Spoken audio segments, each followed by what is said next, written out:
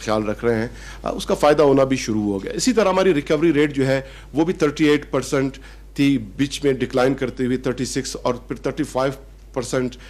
उससे भी नीचे इसमें डिक्लाइन आई थी। लेकिन जो हमारे पेशेंट्स हैं जो पॉजिटिव आए थे वो भी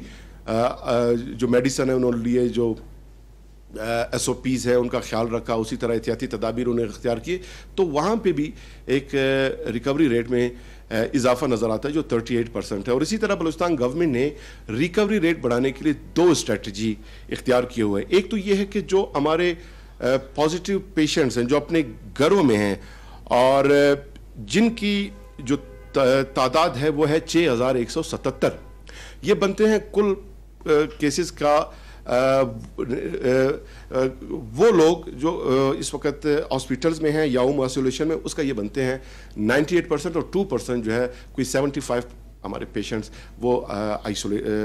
हमारे आइसोलेशन फैसिलिटीज़ या हॉस्पिटल्स में हैं। तो इस रिकवरी रेट को बढ़ाने के लिए स्ट्रेटजी ये है कि इनके घरों में ही उनके डोर स्टेप से बलूचिस्तान गवर्नमेंट उन्हें इम्यूनिटी बूस्टिंग पैकेज फराहम करेगी, जिसका इस नेक्स्ट वीक से आगाज़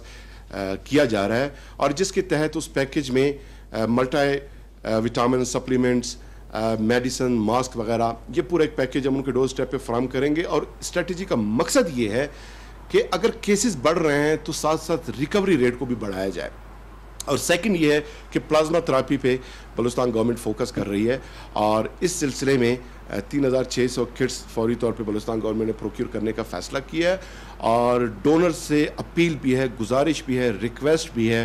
कि खुदारा उनका जो अब जो ब्लड है, उनका जो प्लाज्मा है, वो कोविड के पेशेंट जो शफायाब हो गए हैं, अब उनका खून जो है बाइस से शफा है, उससे शफा मिल सकता है। उसमें गो के डॉक्टर साहिबान के एक्सपर्ट्स के मुख्तलिफ ओपिनियन है कि कितना परसेंट उसका फ़ायदा होगा, लेकिन 1% भी अगर एक्सपर्ट्स ये सजेस्ट करते हैं कि प्लाज्मा थेरेपी से किसी एक पेशेंट का अफाका हो सकता है, तो बलूचिस्तान गवर्नमेंट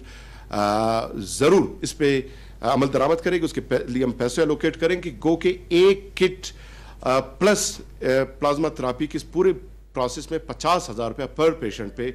गवर्नमेंट के एक्सपेंडिचर आते हैं। और बलूचिस्तान में कोई और लेबॉर्ट्री है ही नहीं प्राइवेट, न यहाँ पर कोई कोविड के टेस्ट हो रहे हैं, न कोई प्लाज्मा थेरेपी। बलूचिस्तान गवर्नमेंट खुद अपने एक्सपेंडिचर्स पे सारे हम टेस्ट भी कर रहे हैं अपने आवाम के, और प्लाज्मा थेरेपी में भी उनको हम असिस्ट कर रहे हैं। तो हमारा ये प्लान है कि जो रिकवरी रेट है हमारी ये 38% तक अब पहुंची है, इसको हम बढ़ाते बढ़ाते 65 से 70%। ख्वाहिश तो ये है कि अल्लाह करे कि 100% तक ये पहुंचे, लेकिन उसके इम्कानात कम है, इसलिए हम जो है कम से कम 70% तक, ये हमारा एक ख्वाहिश है, उस पर हम इजाफा करना चाह रहे हैं। इसी तरह बलूचिस्तान में हमने शुरू ही में जब ये कोविड आया तो बलूचिस्तान गवर्नमेंट ने यह फैसला किया कि लोगों को फैसिलिटेट करने के लिए, इस वबा से बचाने के लिए जो एहतियाती तदाबीर है उसके तहत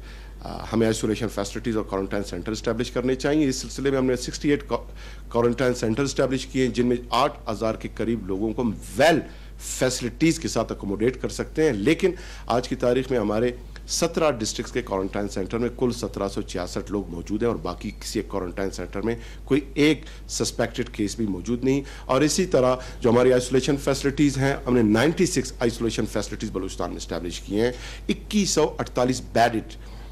और वहाँ पे तमाम फैसिलिटीज़ हम फराहम कर रहे हैं। लेकिन हमारे सिर्फ 3 आइसोलेशन फैसिलिटीज़ में इस वक्त 75 पेशेंट्स वहाँ पर एडमिटेड हैं। बाकी 98% होम आइसोलेशन में, जैसे मैंने जिक्र किया, 6000 प्लस उनकी तादाद है। जो क्रिटिकल पेशेंट है हमारे हॉस्पिटल में सिर्फ आज की तारीख में वो टोटल 16 हैं क्रिटिकल पेशेंट्स। और जो एक्सट्रीम क्रिटिकल पेशेंट है जिसको वेंटिलेटर पे शिफ्ट किया जाता है, तो ऐसा कोई आज की तारीख में कोई ऐसा पेशेंट नहीं है। और वेंटिलेटर पे हमारी चूंकि जो एक्सपर्ट्स हैं बलूचिस्तान में, डॉक्टर्स का जो एक्सपर्ट एडवाइजरी बोर्ड है, उनका सजेशन और प्रोटोकॉल ये है कि बहुत ज़्यादा कोशिश किया जाएगा कि किसी एक पेशेंट को भी वेंटिलेटर पे शिफ्ट ना किया जाए, क्योंकि जब वेंटिलेटर पे पेशेंट शिफ्ट हो जाता है तो फिर उसकी ट्रीटमेंट उस मरहले में जब पहुंच जाती है, उसको वापस सेहतयाब करना मुश्किल है। ये उनका प्रोटोकॉल है जो एक्सपर्ट्स ने मुझे बताया है। लेकिन दीगर जो क्रिटिकल पेशेंट्स हैं उन्हें बाईपैप, सीपैप की ज़रिए जो मखसूस वैन्स हैं उसमें हम ऑक्सीजन उनको फराहम कर रहे हैं। और जो टोटल अब तक हमारी जो फर्टिलिटी रेट है बलूचिस्तान में वो भी 2% है, और उसके तहत अब तक जो डेथ्स केसेस जो रिपोर्ट हुए हैं बलूचिस्तान में टोटल, उसको हमने 2 कैटेगरी में तकसीम किया हुआ है। उसमें प्रोबेबल केसेस हैं और उसमें जो है कंफर्म केसेस हैं। तो कंफर्म जो केसेस हैं हमारे बलूचिस्तान में इस वक्त वो 113 है, और प्रोबेबल केसेस जो है जो हमें शक है कि सिम्पटमेटिक बुनियाद पे उनके जो अमवात वाक़ई हुए वो कोरोना की वजह से, उनकी तादाद है 75। ये तो कोरोना के जो टोटल डिटेल्स हैं मैंने आपके साथ शेयर किए, और ख़ुलासा ये कि जो टोटल केसेस का जो 55% है जून में वो रिपोर्ट हुए, और जून में एक इंक्लाइन थी, केसेस में इजाफा नज़र आया, लेकिन पहले 3 हफ्तों में ज़्यादा इजाफा था, और लास्ट वीक में मैंने आपको बताया कि हमारे केसेस डिक्लाइन की तरफ गए हैं, जो एक खुशी की बात है। और इसी तरह एक और चैलेंज जो पूरे बलूचिस्तान को और कोरोना के साथ साथ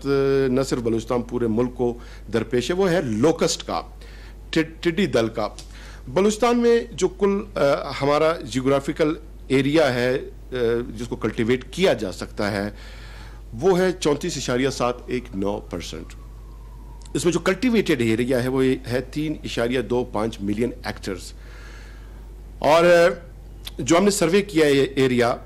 वो है 15.44 मिलियन हेक्टेयर्स। ये वो एरिया है जिसमें कल्टिवेटेड प्लस डेजर्ट एरियाज, मैदानी इलाके जहाँ पे टिड्डी दल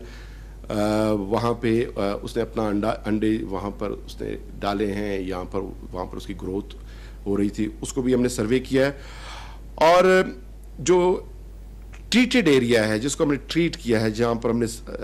स्प्रे किए हैं, वो है 0.437 मिलियन हेक्टेयर्स एरिया।